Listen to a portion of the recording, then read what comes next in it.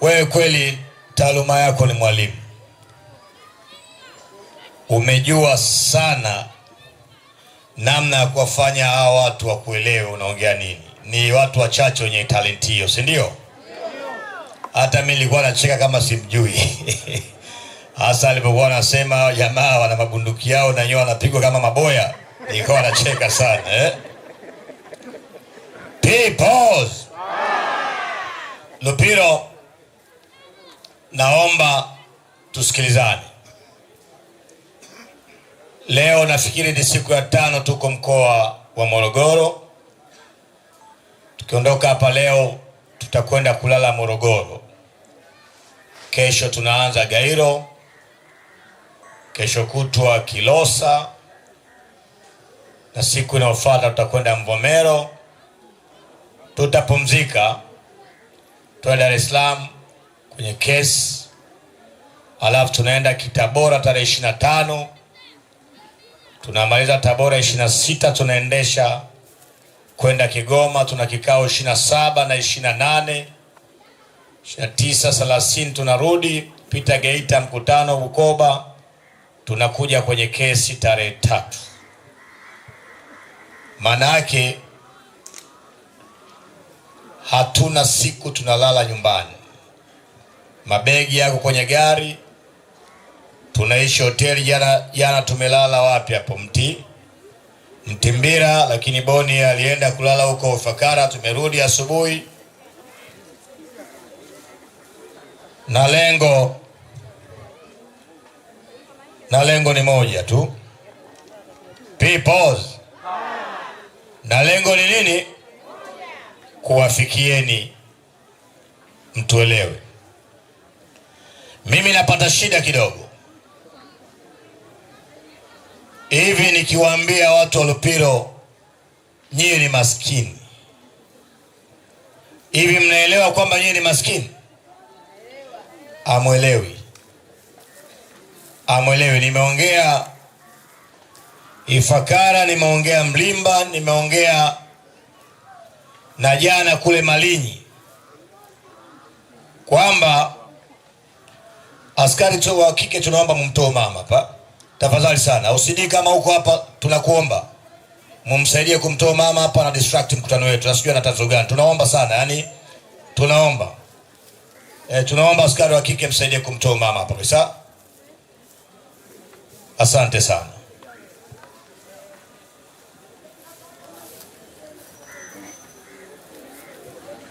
Peoples. Watu wa Lupiro, naomba masikio yenu. Nafikiri mama ana shida kidogo, si ndio? Ngoja wamsaidie. Nasema hivi, hali ni mbaya sana maisha yenu. Kiangalia watoto wetu wanaovaa mitaani, kiangalia maisha tunaoishi. Boniai amewapitisha kila mkoa ulivyo na rasilimali na umaskini tulionao, alafu akalinganisha na mataifa ambayo yana akili lakini hayana rasilimali. Akasema Israeli. Nawaambia ukweli kabisa, nataka nianzie hapo. Israeli wakipewa ili bonde la mto Kilombero, yani kuanzia Mikumi huku kote huku chini ya hii milima ya Uduzungwa, Watanzania wakipewa kwa miaka 5, Israeli inaweza ikalisha mchele dunia nzima. Nchi ambayo inalisha mchele dunia kwa wingi ni India. India wanauza 40% ya mchele wote duniani, trillion of dollars. Hapa mna mchele unaota, kokoa inaota, maharage yanaota, alizeti inaota, mtama unaota, ufuta unaota. Bahati mbaya sana na upumbavu unaota. Na upumbavu anayotesha ni CCM. CCM ni wapumbavu. Na mkiwaita CCM wapumbavu, amwatukani, mnataja sifa yao ya msingi kwamba watu ni wapumbavu. Unakuwaje na nchi kama hii ambapo unahitaji kupiga bomu kukusanya mawingu mvua kunyesha, una mito imepita, alafu una watu maskini? Sasa bahati mbaya nikisema nyewe ni maskini hamwezi kunielewa, kwa sababu hali mlionayo mnafikiri ndo hali mlioombewa na Mungu na hakuna hali nyingine mnayojua. Kwa hiyo mnashindwa kufanya mlinganisho. Anasema sisi ni maskini kivipi? Ndio maana mtu akiwa na bodaboda hapa ni mafanikio, akiwa na nyumba ya udongo yenye paa lakini haina simenti ni mafanikio, akiwa na mtoto anakwenda shuleni kukua sio kusoma ni mafanikio. Kwa hiyo nikisema nyie ni maskini na hali yenu ni mbaya, nikawaonea huruma, mimi naonea huruma nyie, naonekana kama mpumbavu, kwa sababu wewe unafikiri umaskini ni hali ulioombewa na Mungu, na hiyo hali ulionayo ni hali ya kawaida. Na tunapata shida sana kuongea na umma wa Tanzania. Wakati fulani ndiko Igunga kule, tulikuwa tunafanya kikao na mheshimiwa Heche. Nasema maji yenu ni mabaya, nyumba zenu mbaya, angalia watoto wenu, umaskini umezidi. Heche akaniandikia message, hawakuelewi, hawajui tofauti ya maisha bora na huo umaskini. Na bahati mbaya mmetiana moyo ya hii hali mliopitia, mpaka mkatunga na misomo ya kutiana moyo kwenye umaskini. Aliyeko juu mngoje chini. Upumbavu. Huyu boa aliyeko juu mkamate huko huko mshushe, au mpandie. Wewe sio kumshusha, mpandie. Mmepeana misemo ya kuhalalisha umaskini. Aliyekunyima wewe ndo amenipa mimi. Nani amekwambia wewe? Kwa masikini umekuwa halali. Kwa napata shida hata kusema kwamba nyie maisha yenu ni mabaya, kwa sababu hamtanielewa. Na mkisiponielewa, lengo langu la kuja kuwasaidia linakuwa halifanikiwi. Linakuwa halifanikiwi kwa sababu hamnielewi.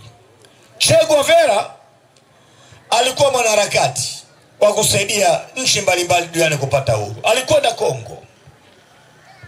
Alipofika Kongo akawaambia wa Kongo, nimekuja kuwasaidia kutafuta uhuru. Akaenda nao porini, waanze kupanga mikakati ya kumwondoa mkoloni kwa kutumia silaha. Che Guevara. Wale wa Kongo baadaye wakamfukuza Che Guevara.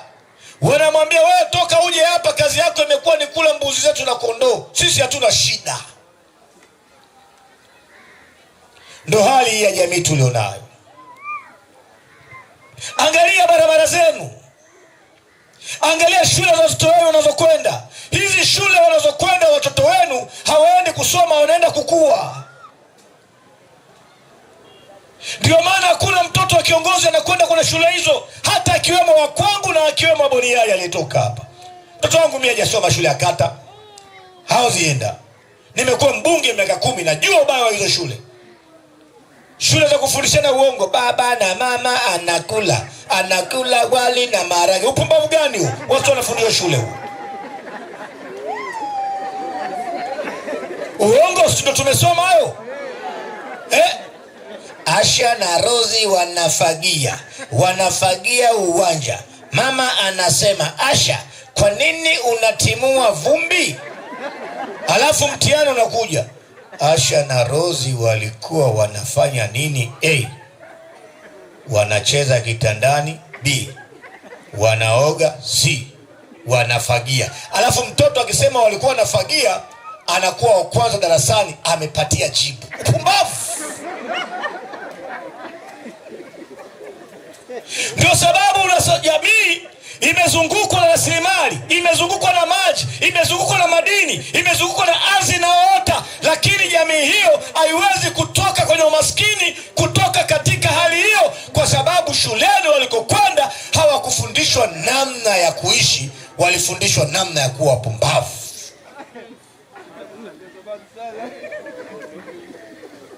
Vijana wote, hebu niambie, katika mkoa Morogoro, tumekwenda Ruaha hapo.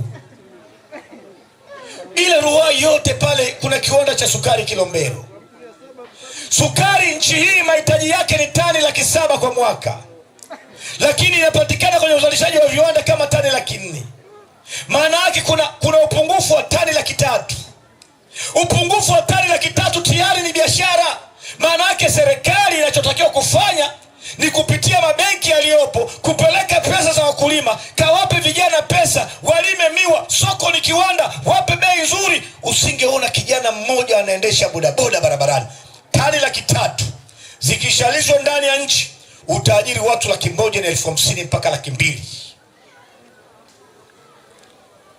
Kuna mchele hapa una harufu nzuri. Kilo moja ya mchele wenu Canada $7. Maana yake kilo 100 ni karibu $700. $700 ni karibu $1,400,000. Mnauza mchele kilo 1,600. Mchele unatoka shambani wala sio wa kiwandani. Lakini hakuna barabara hata kuupitisha. Mimi nimekwenda juzi Mlimba kutoka Ifakara, nimetumia masaa 7, kilomita 150. Kilomita hizo ningekuwa Canada ama South Africa. Hapa South Africa ningetumia lisali moja ya dakika 10 kutembea kilomita 150. Hapo nimetumia masaa 7. Nikafikiri nimetumia masaa mengi.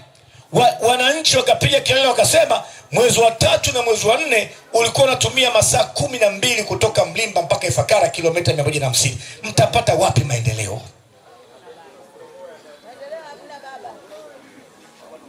Na mmeona ni kawaida. Tumeona ni kawaida mpaka tunavaa nguo za mitumba mpaka chupi, underskirt, brazia wanawake.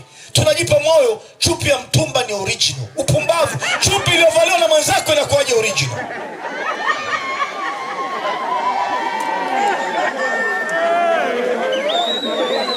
Sijui kama Lupiro mnanielewa. Ndugu zangu, masela wenzangu, mnanielewa? Hali ni mbaya.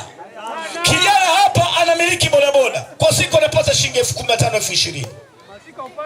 Apati fanya 15,000. Hata 10,000. Akifanya kazi usiku na mchana kwa mwezi 300,000. Kwa mwaka 300,000. Hawezi kuweka 1,500,000. Mke wake mama ntilie ama anauza gengeni, anapata shilingi 5,000. Mama yako unakuta anauza socks za mtumba barabarani, ama anauza ngogo barabarani. Unakuta baba mtu mzima kwenye mkutano kama huu amebeba ndoo ya kuuza karanga, mtaji 20,000. Umaskini kuanzia baba, mama, watoto. Sasa jiulize kama wewe unaishi maisha hayo. Hao watoto wangu wanaocheza mpira hawa leo, kama sisi hatuwezi kuandalia kesho leo bora, wataishi maisha gani? Hatuna muda kukaa na watoto nyumbani kwa sababu ya ugumu wa maisha. Mama anaondoka alfajiri saa 11. Baba anaondoka saa 10 alfajiri saa 11. Mtoto anabaki nyumbani na TV kama ipo. Ndio maana watoto wote wana sura zetu lakini tabia za Diamond na Alikiba, kwa sababu wanashinda kwenye TV. Na baadaye tunasema watoto wa siku hizi hawana adabu. Sio watoto wa siku hizi hawana adabu. Wazazi wa siku hizi kwa sababu ya umaskini tumekosa muda wa kukaa na watoto na kuwalea. Hali inazidi kuwa mbaya.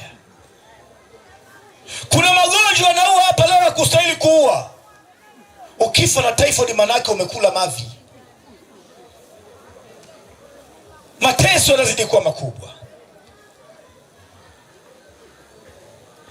Mateso hayo yako kwenu tu, yako mpaka kwa askari polisi hawa, yako mpaka kwa madaktari, manesi na walimu. Wanalipa mishahara midogo. Hao maafande waliokuja hapa kutulinda tufanye mkutano kwa amani na tuondoke kwa amani, mishahara yao, huyu hapa kijana alisimama hapa hawezi kuweka 5,000,000 kwa mwaka huu.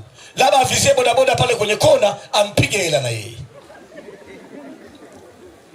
Unakuta kijana ametoka Bukoba, amekwenda CCP, ametoka hapo akapeleka labda Karagwe, akaanza kazi, ametoka hapo akaletwa Arusha, ameletwa huku. Anashinda usiku na mchana kulinda uhai wako wewe. Ana pesa.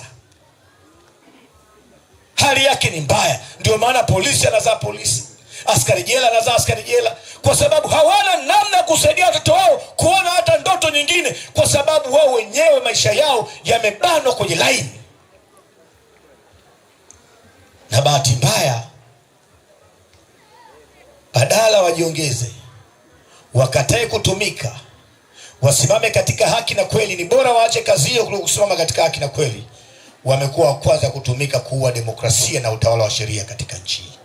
Polisi aliyekula kiapo cha kulinda sheria na haki ndio namba moja kwa kuharibu sheria na haki katika nchi wakati wa uchaguzi. Leo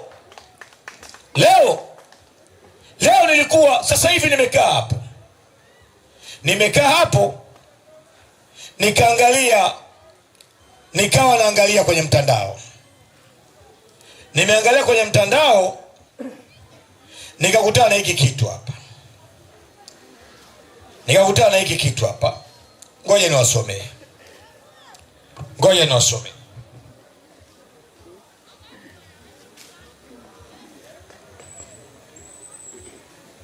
Peoples.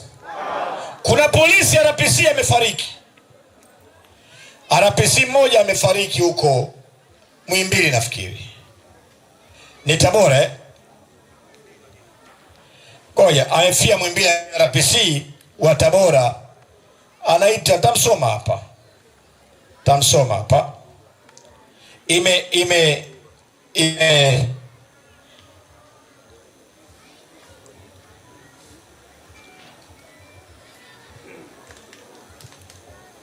taipata tu, sababu na hasira ya kuipata.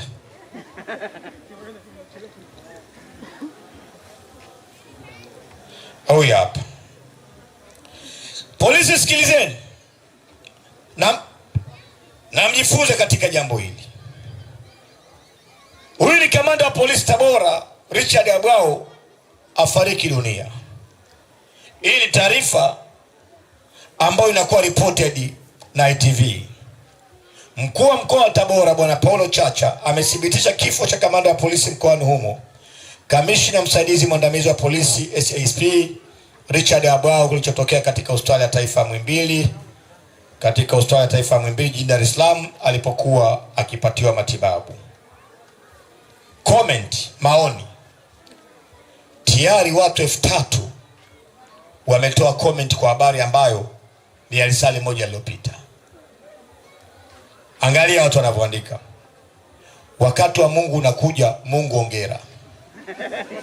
Wewe Mungu asante sana. Wewe Mungu, weekend yangu itakuwa nzuri. Kula nyama za kelele, weekend imeanza vizuri. Nacheka comment za ulimwengu na mimi niko poa. Madaktari, mna uhakika kafa nisije nikaribu hela yangu kusherekea, kumbe jitu alijafa. Mungu unajibu maombi taratibu, babu kubwa. Mungu mweke panapo stahili. Watanzania mko wapi tufurahi? Pale Tanzania leta bata. Ngoja nile pilau sasa. Nilikuwa nina mpango wa kula ugali, kumbe kuna sherehe leo. Mungu amlaze panapo stahili. Hakika Mungu anajibu. Tumefurahi sana.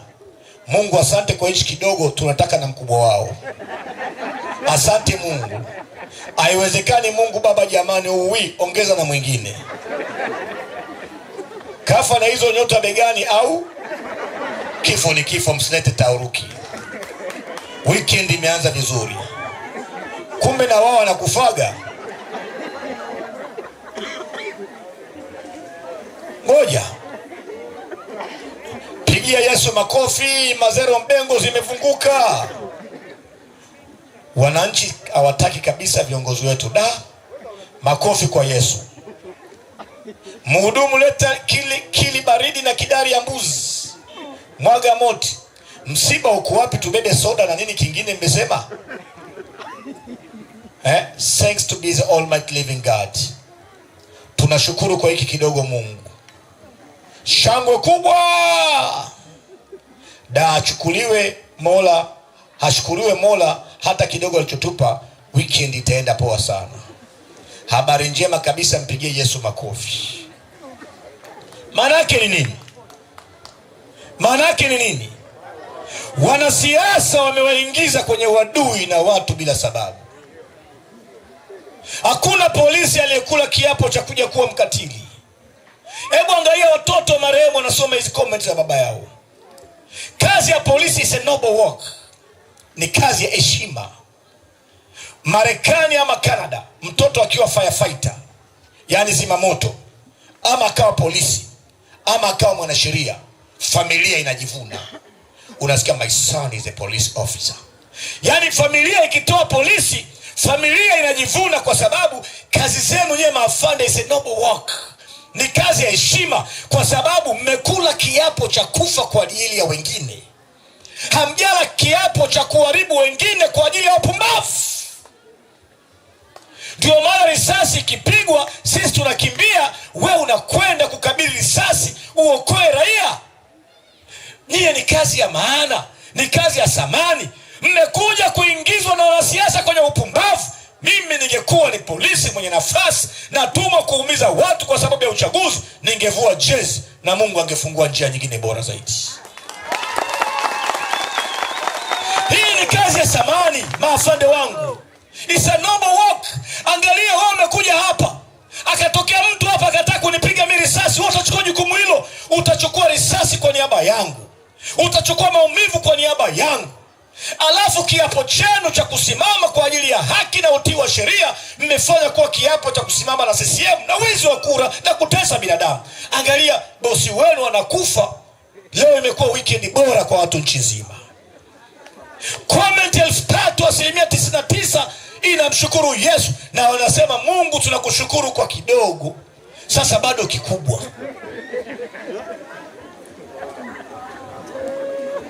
Hawa wadogo hawajui mnachukua amri.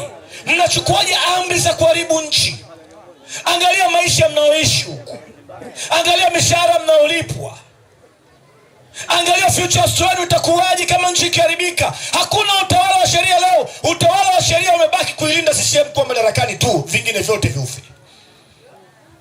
Polisi anakufa inakuwa shangwe ya nchi, msione kawaida. Najiuliza familia ya huyo RPC ikisoma comment, inaona watu wanashangilia kifo cha baba yake. Pengine alikuwa ni mmoja wa polisi ndani ya jeshi la polisi ambaye hata alikuwa hataki haya mambo, lakini amekubali kuingia katika mfumo.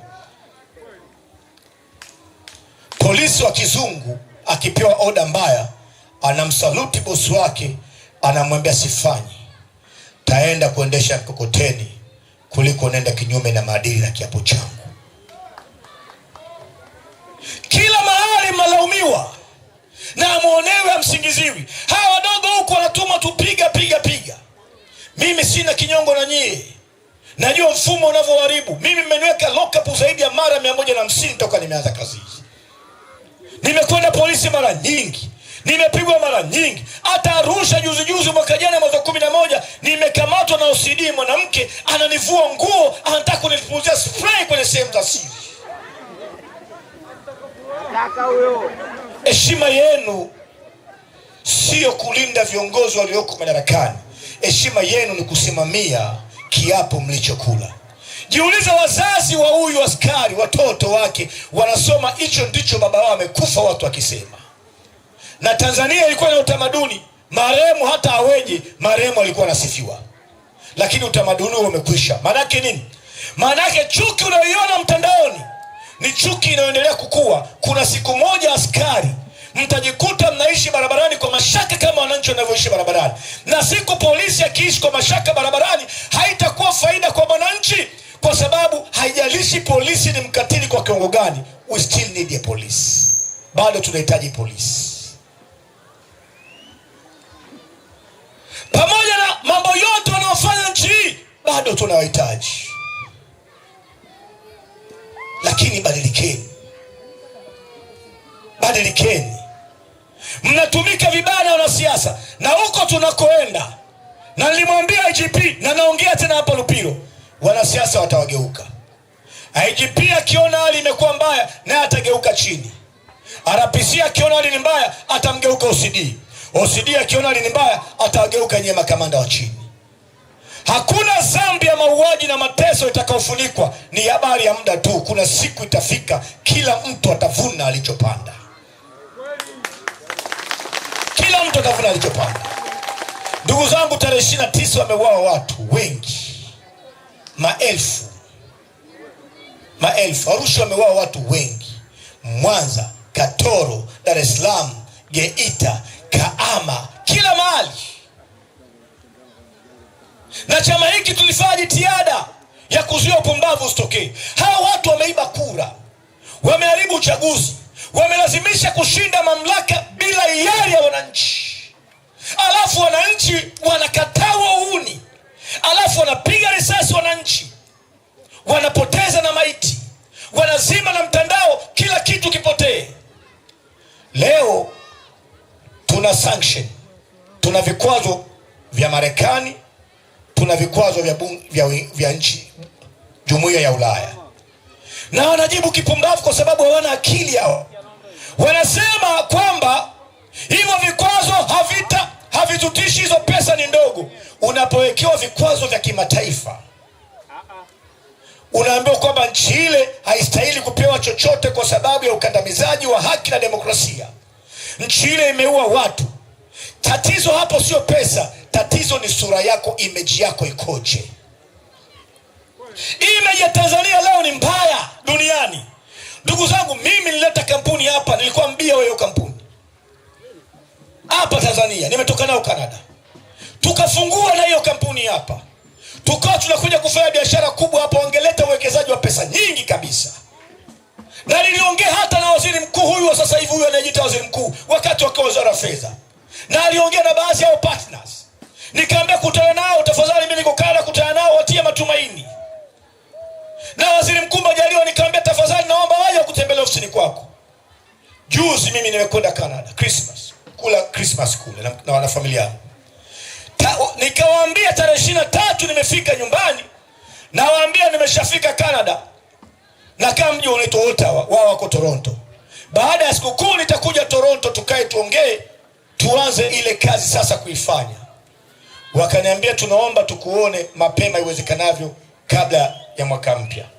Nikasema nimekuja jana, sijakaa na familia muda mrefu, tafadhali naomba tukutane mwezi wa kwanza katikati. Wakasema hapana. Wakaniambia tukutane, wakaniambia tunakuja kukuona wewe. Wakaja siku ya mwaka mpya kuniona, wakaniambia tumeahirisha ile kazi tulikuwa tunataka tuifanye Tanzania. Ripoti tulizonazo, Tanzania ni nchi mbaya, inaumiza watu, haina utawala wa kisheria, tuna wasiwasi na mtaji wetu, tunakuomba pole, tunajua nia yako njema, lakini hatuwezi kwenda. Nini kimesababisha? Image. Unapowekewa vikwazo vya kimataifa na unaanza kuongea kwenye bunge kubwa kama bunge la Marekani, unawekewa vikwazo bunge la Ulaya, unanyimwa pesa, maana yake wanasema hivi, huyo ni muuni. Na ukishanyimwa pesa na bunge lao, wawekezaji wote kutoka katika zile nchi na wale watu waliokuwa wanafikiria kuja katika nchi yako wanaanza kurudi nyuma, kwa sababu serikali zao hazaiamini hiyo serikali. Na ndio maana ukienda kwenye department zao, idara zao za masuala ya uwekezaji, ukitaka kuja Tanzania wanakuambia hivi, ukienda Tanzania unaenda at your own risk, unaenda kwa gharama zako mwenyewe, na chochote kinachotokea ujue sisi tumetoa taarifa kwamba ile nchi sio salama. Ile image ikisharibika, nchi hii itakuwa mbaya kuliko Zimbabwe. Maana yake ni kwamba kutakosekana pesa za kigeni, na hata watalii mnaotegemea. Nchi hii inategemea fedha za ukitalii, nchi hii inategemea fedha za kigeni. Mwaka jana nchi imepata karibu bilioni 4 dola fedha za kigeni. 50% mpaka 60% ya pesa ya kigeni inayoendesha nchi inatoka kwenye soko la utalii. Nisikize kwa makini. Maana yake ni kwamba watalii na wananchi sasa wa zile nchi ambazo watalii wengi wanaotumika Tanzania ni wa Marekani, wanaokuja kutumia pesa nyingi, ni karibu 20% wanatoka Marekani na Canada, karibu 40-60 wanatoka Ulaya. Una 80% ya watalii wanatoka katika nchi ambazo mabunge yao yamewekea vikwazo na yametilia mashaka utawala wenu. Wananchi wake wakiambiwa kampeni ama ikafanyika kampeni kwamba hatuwezi kwenda kwenye ile nchi kwa sababu tunawapa pesa wale za kununua bunduki za kupiga watu, mabomu ya kupiga watu, utakata pesa za kigeni. Ukikata pesa ya kigeni kwa 50%, nchi itashindwa kuagiza petroli, itashindwa kuagiza madawa, hali itakuwa ni mbaya kuliko Zimbabwe. Kwa sababu hawa ni wapumbavu, hawaoni hivi vitu, kwa sababu sio watu wanaofikiria. Na hiyo hali ikiwa mbaya, huku chini utakutwa na hiyo hali. Sijui kama mnanielewa Lupiro.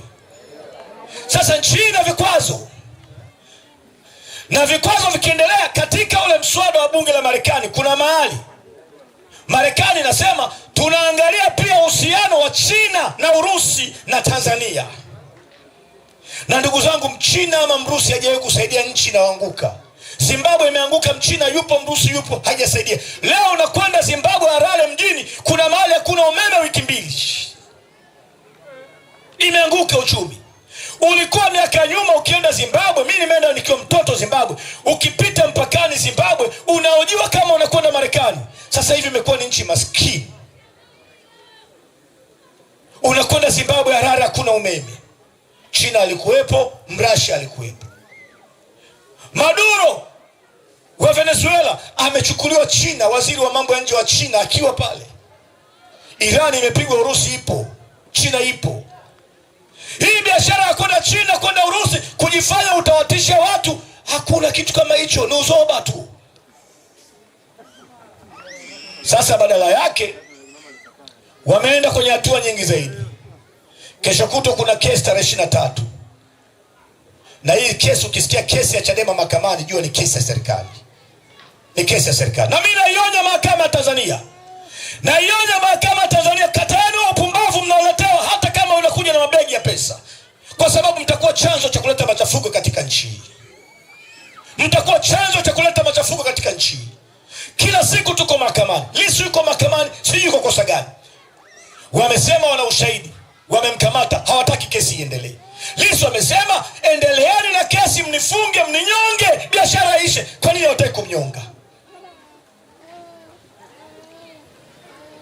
Mimi toka nimeanza ziara huku nafuatiliwa na gari ya polisi wa NHZ. Wanabadilisha namba, na waona. Mimi sio fara. Mimi sio fara kabisa, na waona. Na ukweli ni kwamba sio kwamba hatuogopi, tunadharau hofu kwa sababu malengo ya kupigania nchi ni makubwa kuliko hata maisha yetu. Sio kwamba hatuogopi. Sasa ndugu zangu, watu wa Lupiro, nyie kwa nini tunawafuata? Hatuwezi kukomboa nchi bila ushirika wa kila mtu. Lazima kila mtu ahusike. Arusha peke yake haiwezi kusaidia nchi. Ndugu zangu, mimi sifanyi kazi hii niwe mbunge, sifanyi kazi hii niwe rais. Nafanya kazi hii kutenda wema katika nchi yangu. Ndio hivyo tu. Mimi wala familia yangu haishi hapa. Mimi familia yangu iko Canada. Mimi sifanyi kazi hii, silipi. Usiku na mchana tuko barabarani. Tuna mahali pa kuishi pazuri, vijijini, mjini na nje za nchi. Lakini tumekana. Tunakuja kugombana Samia hadharani hapa kwa ajili ya haki. Tunakuja kugombana hapa na Mwigulu. Mimi sigombani na hao maskari wao na UDC wao na maboya chini hao. Hapana. Mimi nagombana na baba zao, mama zao juu.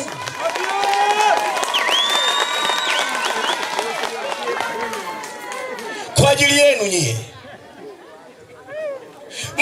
Msijiona kwamba hamna nguvu. Tunaomba ushirika kwenye kata zenu.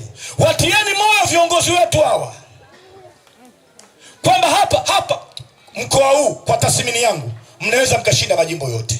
Kwa tathmini yangu mimi mnaweza mkashinda majimbo yote.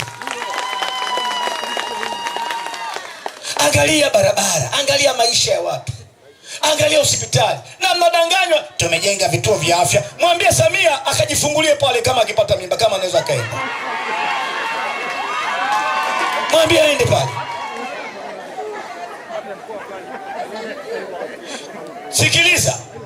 Sikiliza. Kiongozi, mtu yote mwenye pesa, yoyote ule, mwenye pesa yoyote, ukienda hospitali pale, hospitali yote hapa Tanzania, kama ni Muhimbili, Bugando ama Mount Meru, Arusha, daktari akiwa anakupenda atakwambia hivi: mheshimiwa, kama una hela kacheki zaidi ya afya India. Kwa nini? Maanake hapa hakuna matibabu.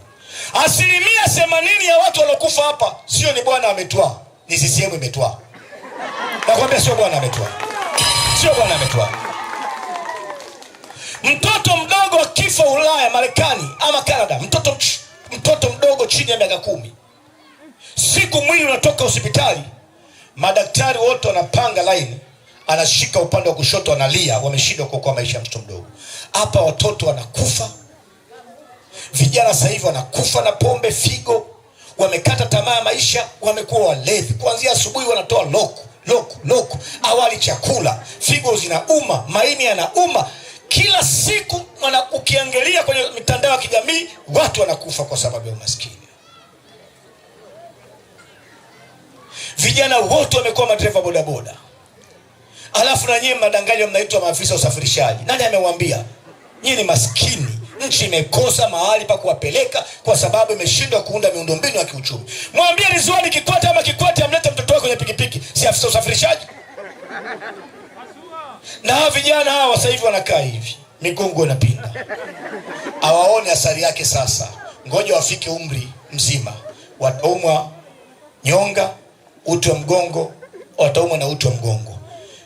Matibabu ya mgongo ni kati ya matibabu ghali duniani na matibabu yanayotesa duniani. Watu wazima nikisema hivyo wanajua ninachokiongea hapa.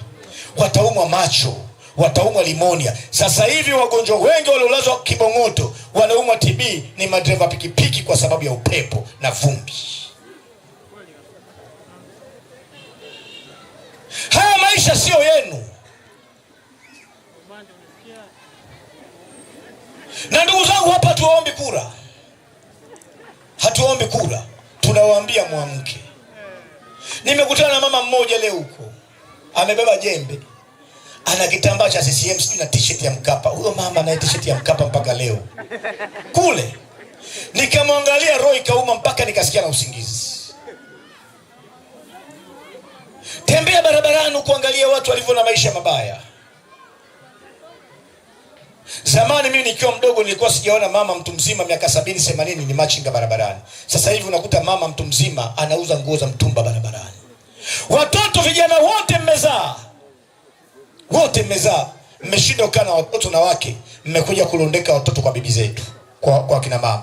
Unakuta unaenda kwa mama nyumbani, unakuta na watoto 10 na wale utafikii shule. Kumbe watoto wamekuja kutupa watoto, wamerudi Dar es Salaam kwa sababu ya ugumu wa maisha na umaskini. Haya mambo yanawezekana. Sasa tunasema haya mambo yote na huu mambo yamesababishwa na katiba mbaya na sheria mbaya. Ndio sababu tunasema tunahitaji katiba mpya. Katiba mpya hapa amesema Boni. Katiba ni nini? Katiba ni mkataba wa mtawala kati anayetawala na mwananchi. Kwamba tunataka ututawalaje? Tunataka polisi awe na tabia gani? Tunataka mwanajeshi awe na tabia gani? Tunataka DC. Nchi hii leo mkuu wa wilaya ni bosi wa wananchi, lakini kimsingi mkuu wa wilaya anatakiwa kuwa mtumishi na mfanyakazi wa wananchi. Nchi hii leo mwananchi anamuogopa mkuu wa wilaya, lakini mkuu wa wilaya anatakiwa muogope mwananchi. Nchi hii leo CD anaogopa na wananchi, lakini nchi hii mwananchi na polisi anatakiwa mtii mwananchi, kwa sababu wewe ndio unamlipa kodi polisi. Ndio maana ya kusema tunataka katiba mpya itakaompa mamlaka mwananchi yasiyo na chembe. Lakini ukiwa na hiyo katiba mpya, nisikizeni, hii ni chungu kidogo. Ukiwa na katiba mpya lakini akili zenu na fikra zenu zikaendelea kuwa hizi zilivyo, nchi haitabadilika. Katiba mpya lazima iende na fikra mpya. Katiba hii ya sasa haijaandika wizi wa kura, haijaandika watu kupotezwa na kunyongwa, haijaandika polisi kuchukua rushwa na kuonea watu, haijaandika mtibio kwenye hospitali mbaya, haijaandika barabara ziwe mbovu, haijaandika chochote. Katiba hii kuna mambo mengine imeandika ya maana. Imeandika haki za binadamu, utu wa binadamu. Binadamu anastahili kazi, binadamu anastahili utu, binadamu anastahili kuheshimiwa. Binadamu ni mamlaka ya serikali. Nyie ni mamlaka ya serikali nyie. Lakini kwa nini mambo hayo hayatendeki? Hayatendeki kwa sababu ili wema wa nchi uweze kuimarika, unapaswa kuwa na wananchi makini ambao wao wenyewe hawatakuwa waoga na wataipuza hofu kuisimamia serikali. Mkiendelea kuwa waoga hivi, mkiendelea kuwa na hofu ya namna hii, mkiendelea kuwa maisha yako ni yako, jirani yako sio maisha yako, tunaweza tukapata katiba mpya. Lakini kama uhuni hautabadilishwa na sauti ya wananchi ambayo imeamua kuwa jasiri katika haki, watafanya uhuni vile vile katika katiba mpya ambayo itakuwa imepatikana. Sio kama mmeelewa ninachokiongea. Na hatari zaidi ninayoiona ni kwamba sisi sio malaika. Chadema sio malaika. Chadema wanaweza wakashinda nchi. Wanaweza kashinda nchi. Na Chadema wakageuka wakawa wabaya kuliko CCM. Kwa sababu anayemlinda kiongozi aliyoko madarakani kuwa kiongozi bora ni mwananchi mwenye uelewa na mwananchi ambaye amekataa kuwa mpumbavu. Wewe ukiamua kuendelea kuwa hivi, unaibiwa sawa, unaonewa sawa, ndugu yako anatekwa sawa, Chadema wanaweza kubadilika wakawa watu wabaya kuliko CCM. Ili chama chochote cha siasa kikiwa madarakani kiwe na adabu na wananchi, lazima uwe na jamii ya wananchi ambayo imeelimika, iko ngangari na ikubali kuonewa. Usipobadilika wewe, tunaweza tukapata katiba mpya lakini tukapata matokeo mabaya, kwa sababu wauni huwa waokoki, wanachelewa kuokoka. Sijui kama Lupilo tunaelewana. Wapiganaji hapo tunaelewana. Kama amuelewe pia kile mheshimiwa hapa tujakuelewa, nitarudia kwa sababu hii mikutano ni mikutano ya kuwafundisha. Lissu yuko magereza leo. Nyie ndio mmemweka jela. Nyie. Sisi tumefanya kila kitu ndugu zangu. Kila kitu. Mimi sina deni nchi. Na hapa kwa Mungu sina deni nchi. Sina deni nchi. Nimefanya kila kitu kwa akili yangu na nguvu zangu na akili zangu. Nimeenda mpaka milimani, mimi nimekesha kuomba nchi na iombea nchi milimani, nashinda milimani naomba. Nimefunga mimi kufunga miaka 2 mfululizo kila Ijumaa kwa ajili ya nchi. Sina deni. Nimeenda mbele, nimegombana rais wote. Nimegombana Kikwete, nimegombana Magufuli, nimegombana Samia na ninaye mpaka sasa hivi. Nagombana Mchimbi, nagombana Mwigulu, na taarifa nao hapa kati yao hakuna hata mmoja ananitisha ama namuogopa Mwenyezi Mungu peke yake. Hayupo. Kama nakwambia Samia anitishi, kama ni anti yako mwambie simuogopi, Mwigulu simuogopi, Mchimbi simuogopi, namuogopa Mwenyezi Mungu peke yake. Na ndio sababu tunakuja kuelimisha. Lissu yuko jela sasa mwaka. Mnasema mtamtoa lini? Ndio maswali mnatuuliza barabarani. Sisi tunafanya nini kama hatuone umoja wenu? Kama nyinyi hamna chuki zidi ya uonevu, mimi nafanya nini? Hapa Boni ameenda jela. Hakuna kiongozi wa Chadema hajaenda jela. Ndugu zangu, sisi mwaka 2020 mimi nilikuwa na uawa. Nilitekwa mimi, Boni na Mboi. Nikapelekwa Mlandizi porini, nikashushwa porini, nikakokiwa bunduki, nikaambiwa sali sala yako ya mwisho. Kamwambia askari mmoja kijana alikuwa task force. Nikamwambia najua mnaniua. Siku kukutana na mke wangu bahati mbaya, mwambie amtegemee Mungu ataishi. Nilifika mwisho. Baadaye simu ikabadilika, nikapelekwa Mlandizi polisi. Boy ndakuja kukutana naye baada ya siku 2, alipelekwa Kibaha, wakati huo Mboya alikuwa amepelekwa Bagamoyo. Tumeviziwa mara nyingi, kuuawa, kutekwa. Ndugu zangu, sio kwa ajili yangu. Naomba nirudie, sio kwa ajili yangu. Mimi nimekaa bungeni miaka 10 afu ni Mchaga. Unafikiri sina hela? Sitakuwa fara. Sina hela mimi. Nimekaa bungeni miaka 10 afu Mchaga. Ngoja nirudie, nimekaa bungeni miaka 10 alafu ni Mchaga Isemange sasa cha langu. Alafu alikuwa kupanga kitatu kwa siku cha langu sasa. Unawaje cha langu? Unawaje cha langu sasa? Miaka 10. Simlisikia speaker amemwambia mimi nina stress na madeni mengi kipigie Ndugai. Simliambia. Mimi nilienda pale bungeni. Kazikuta hii Mheshimiwa Lema hapo anaweza kukopa hata milioni 300 leta. Hapa Mheshimiwa hapo unaweza kuongeza mpaka 200 leta. Mheshimiwa hapo Mheshimiwa anaweza kuongeza mpaka hata 100 leta. Nilizikunguta. Wamekuja kusanuka wale wazima. Hawanilipi marejesho ya benki, na nilipokuwa jela hawanilipi marejesho wala mshahara. Benki kaniandikia barua inataka kuchukua mali zangu hizi atachi na mkopo, bunge limekataa kunilipia. Niliwaandikia benki barua. Nafikiri kama kuna barua benki walishawahi kuandikiwa nzuri toka iundo hiyo benki ni mimi. Niliwaambia msipate shida kupenda mahakamani kudai mimi mali zangu niziatachi na pesa mnaonidai. Tafuteni muda, siku na saa. Nitawatembeza kwenye kila kitu changu mnachotaka kukiatachi. Kwa vile napigania haki za watu wengi, siwezi kushindwa kupigania haki yangu na haki yenu nyewe benki. Hata hivyo, mkinipa muda mrefu ambao mkiniita kwenye kikao cha kujadili naweza nikapanga kulipa pesa hii bila matatizo. Wenu katika Bwana. God bless. Kudadeki. Ile barua tamu sana ilikuwa ile. Peoples. Wakati huo pressure ni kubwa. Magufuli anataka niende CCM nigombanie ubunge kwa CCM. Bashiru katibu mkuu anataka nije CCM, anaomba atakulipia madeni yako yote. Alikuwepo kiongozi mmoja wa usalama wa taifa naye anataka, wanaambia watakupa na ulinzi. Akaja Kitwanga na wapambe wengine kama 10. Nikasema Magufuli ana sifa ya kuwa kiongozi wangu. Anaumiza watu, anatesa watu, anaumiza demokrasia.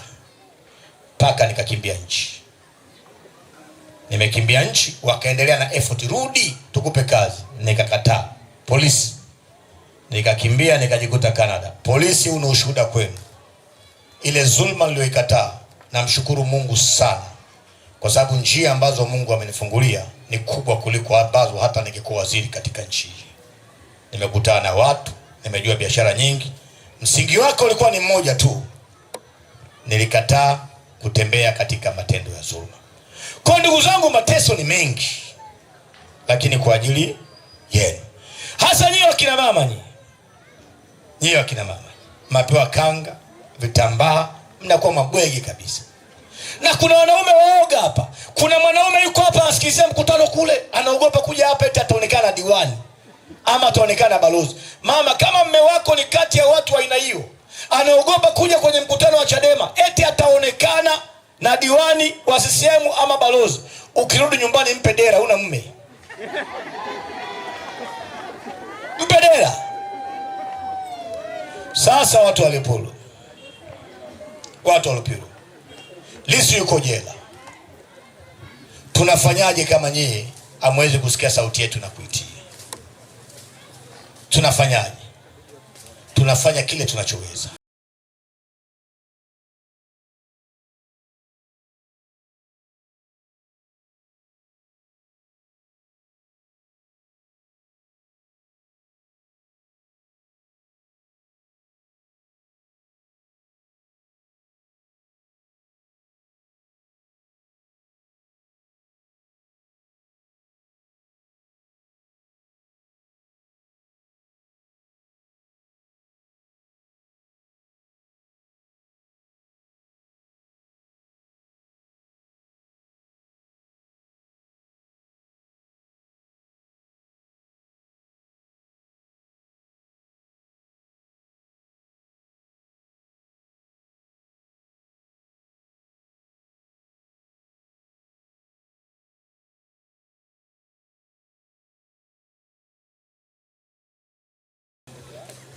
Na hasira wananchi zidi ya uonevu huu. Na wananchi wa nchi hii mmetutosa sana. Mmetutosa sana, mmetuacha sana. Hasa nyie huku pembezoni. Hii kazi sisi tunaifanya kwa moyo wote, lakini nyie mmetutosa. Lakini ndugu zangu, ili mambo mengine yote yafanikiwe na tuendelee kutembea, mmesikia ratiba zetu. Chama chetu hakina pesa hata shilingi moja. Hata 100 hatuna pesa. 2015, 2020 tulikuwa na ruzuku ya milioni karibu 320. Sasa hivi hatukuweka wagombea. Si mnafahamu? Hatukuweka wagombea, hatukuweka kitu chochote, hatuna ruzuku hata shilingi moja. Ela tunaochanga hapa kwenye mkutano ndio pesa tunaweka ela gari kwenye gari ya katibu anakwenda. Boni yai na mimi najitegemea mwenyewe. Ela za marafiki kama wakiamua kunichangia ama nitumie pesa zangu kwa ajili ya kufika mahali. Tunaomba mkisikia sauti ya kuomba mchango, una shilingi 100, una shilingi 200, toa. Hatuna njia nyingine ya kupata pesa zaidi ya kuomba. Hatuna njia nyingine ya kupata pesa zaidi ya kuwafuata nyie wananchi wa kawaida ambao utatoa shilingi 5,000, shilingi 10,000, 100,000, 2,000, 1,000. Hata tukiomba mchango leo hapa, kama una tushike mkono, tupe 5, 10, 100,000, 2,000, 1,000. Hata tukiomba